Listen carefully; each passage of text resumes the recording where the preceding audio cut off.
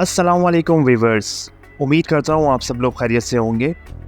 Viewers, आज की video आप लोगों के लिए एक हाईली प्रॉफिटेबल वीडियो होने जा रही है, क्योंकि आज की वीडियो में मैं आपको कुछ ऐसे राज बताने जा रहा हूँ स्टॉक मार्केट के, जो आपको चैम्पियंस बना देंगे स्टॉक मार्केट में।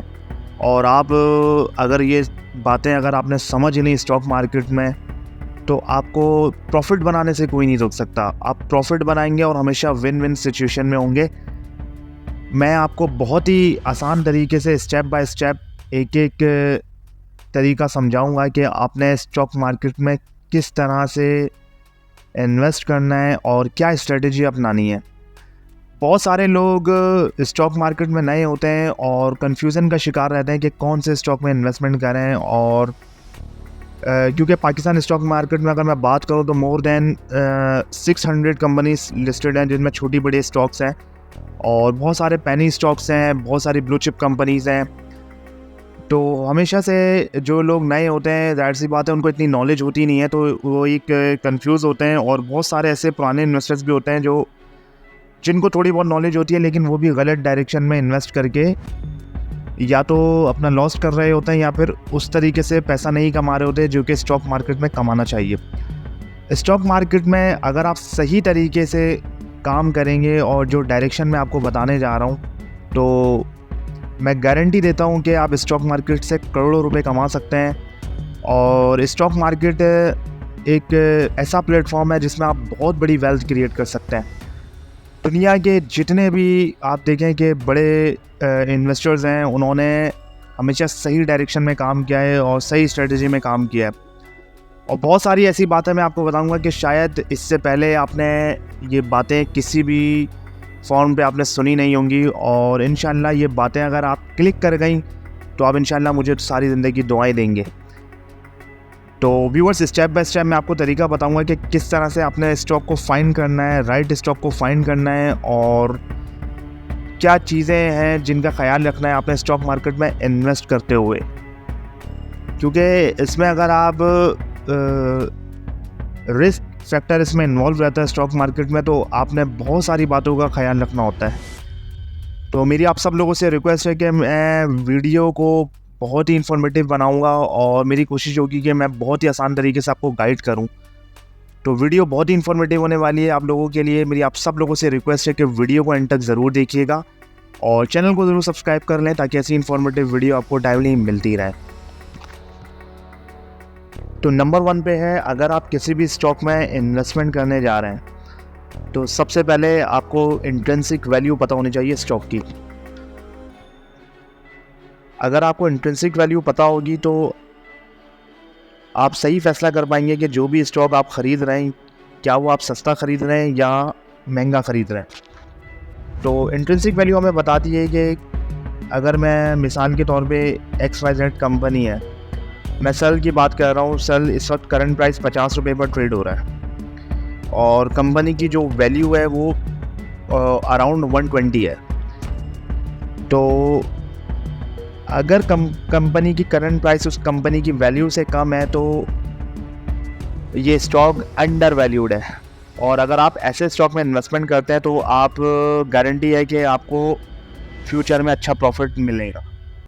क्योंकि उसकी वजह यह है कि स्टॉक मार्केट में एक फार्मूला है और हमेशा मैं आपको बताता रहता हूँ कि जब भी आप स्टॉक मार्केट में वैल्यू इन्वेस्टमेंट करते हैं, यानी अंडर वैल्यूड स्टॉक को ख़रीदते हैं, तो जो भी स्टॉक अपनी इंट्रिंसिक वैल्यू से कम कीमत में मिल रहा होता है, तो फ्यूचर में वो स्टॉक अपनी इंट्रिंसिक वैल्यू पे ज़रूर आता है। तो मैंने मिसाल दी है आपको कि अगर कोई भी शेयर आप अंडर वैल्यूड ख़रीदते हैं, यानी कि कंपनी की वैल्यू से कम प्राइस में मिल रहा है, तो आप गारंटी है कि फ्यूचर में प्रॉफिट कमाएंगे। और अगर कोई ऐसा स्टॉक है जैसे कंपनी की वैल्यू 100 रुपीज़ है और करंट प्राइस 150 है, तो ये स्टॉक ओवर वैल्यूड होगा।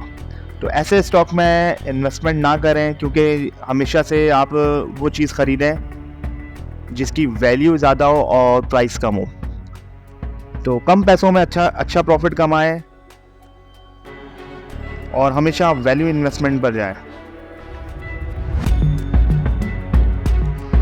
अगर आप स्टॉक मार्केट में वैल्यू इन्वेस्टमेंट करते हैं तो आप हमेशा से स्टॉक मार्केट में अच्छा प्रॉफिट कमा सकते हैं।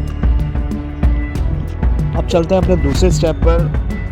नंबर 1 स्टेप पे आपने सीखा कि हमेशा से जो आपने स्टॉक बाई करना है वो इंट्रिंसिक वैल्यू से कम कीमत वाला यानी कि अंडर वैल्यूड शेयर आपने खरीदना है।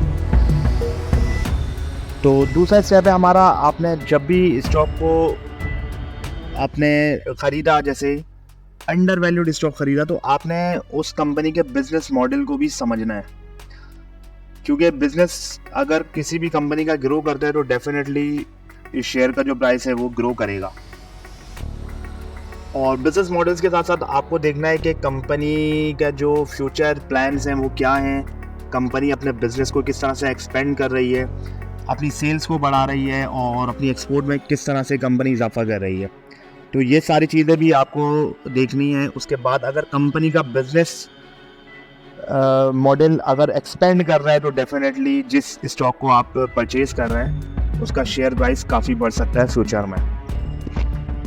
नंबर 3 स्टेप है जो सबसे ज़रूरी है, आपने जब भी इन्वेस्टमेंट करना है किसी भी स्टॉक में तो आपने देखना है कि ये स्टॉक बाकायदगी से डिविडेंड देता है।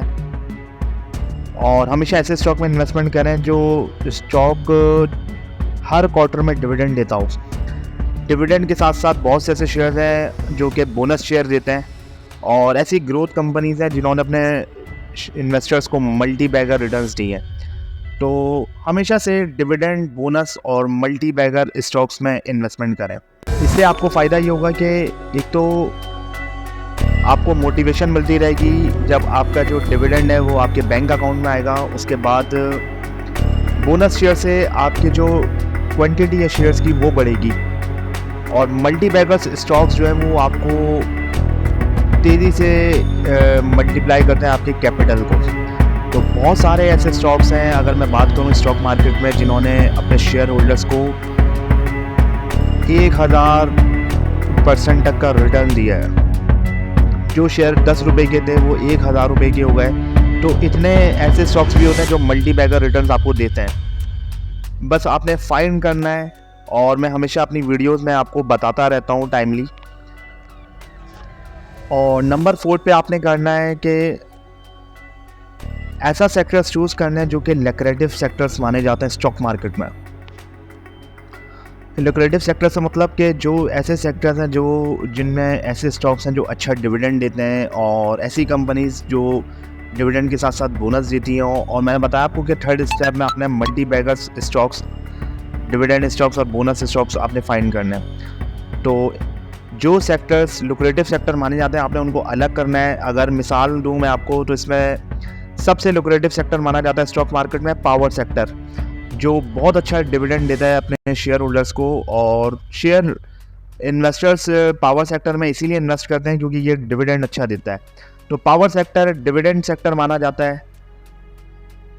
इसके अलावा आईटी सेक्टर है, आईटी सेक्टर एक ग्रोथ सेक्टर माना जाता है, और आईटी सेक्टर में बहुत सारी ऐसी कंपनीज हैं जो बोनस के साथ साथ डिविडेंड भी देती हैं और ग्रोथ ओरिएंटेड कंपनीज हैं। इसके अलावा केमिकल सेक्टर्स की बहुत सारी कंपनीज हैं, और फार्मा सेक्टर एक्सपोर्ट्स सेक्टर माना जाता है। उसके अलावा ऑटोमोबाइल असेंबलर है।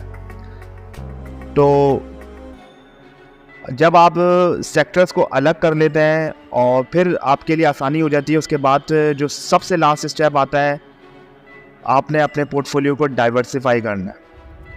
जब आपने सारे स्टेप फॉलो कर लिए तो आखिर में अब आप जब अपना पोर्टफोलियो बनाएं तो सबसे पहले आपने चूज़ करना है पावर सेक्टर में से जो टॉप का शेयर है। अब मैं पावर सेक्टर में बात करूं तो नंबर 1 पे अगर आप इसमें मिसाल के तौर पे आप इसमें हबको ले लें।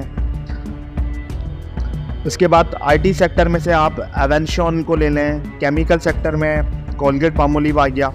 इसके अलावा फार्मा सेक्टर में सर्ल कंपनी है, और ऑटोमोबाइल असेंबलर में MTL।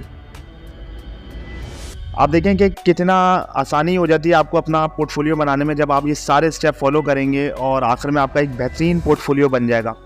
अब नंबर 1 पे आपका आ गया पावर सेक्टर में हबको, जो कि सबसे तगड़ा डिविडेंड देता है पावर सेक्टर में। उसके बाद है एवेंशन, आईटी सेक्टर की ग्रोथ ओरिएंटेड कंपनी है, और नंबर 1 पे है ये आईटी सेक्टर में, क्योंकि कंपनी बहुत अच्छा बोनस देती है और साथ साथ डिविडेंड भी देती है, और कंपनी दिन ब दिन अपना बिजनेस जो है वो एक्सपेंड कर रही है। तो फ्यूचर में ये स्टॉक मल्टी बैगर भी बन सकता है। और केमिकल सेक्टर में सबसे बड़ी कंपनी है जो कि ब्लू चिप कंपनी है कोलगेट पामोलिव, और ये मेरा ऑल टाइम फेवरेट शेयर है और मैंने हमेशा अपने पोर्टफोलियो में इसको रखा है। इसके अलावा फार्मा सेक्टर में आप देखें सल कंपनी आ गई। सल एक बहुत बेहतरीन कंपनी है और अपनी इंट्रिंसिक वैल्यू से बहुत ही कम कीमत में मिल रही है।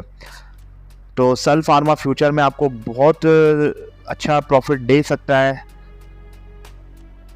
और 5वें नंबर पे आप देखें ऑटोमोबाइल असेंबलर में मिलेट ट्रैक्टर।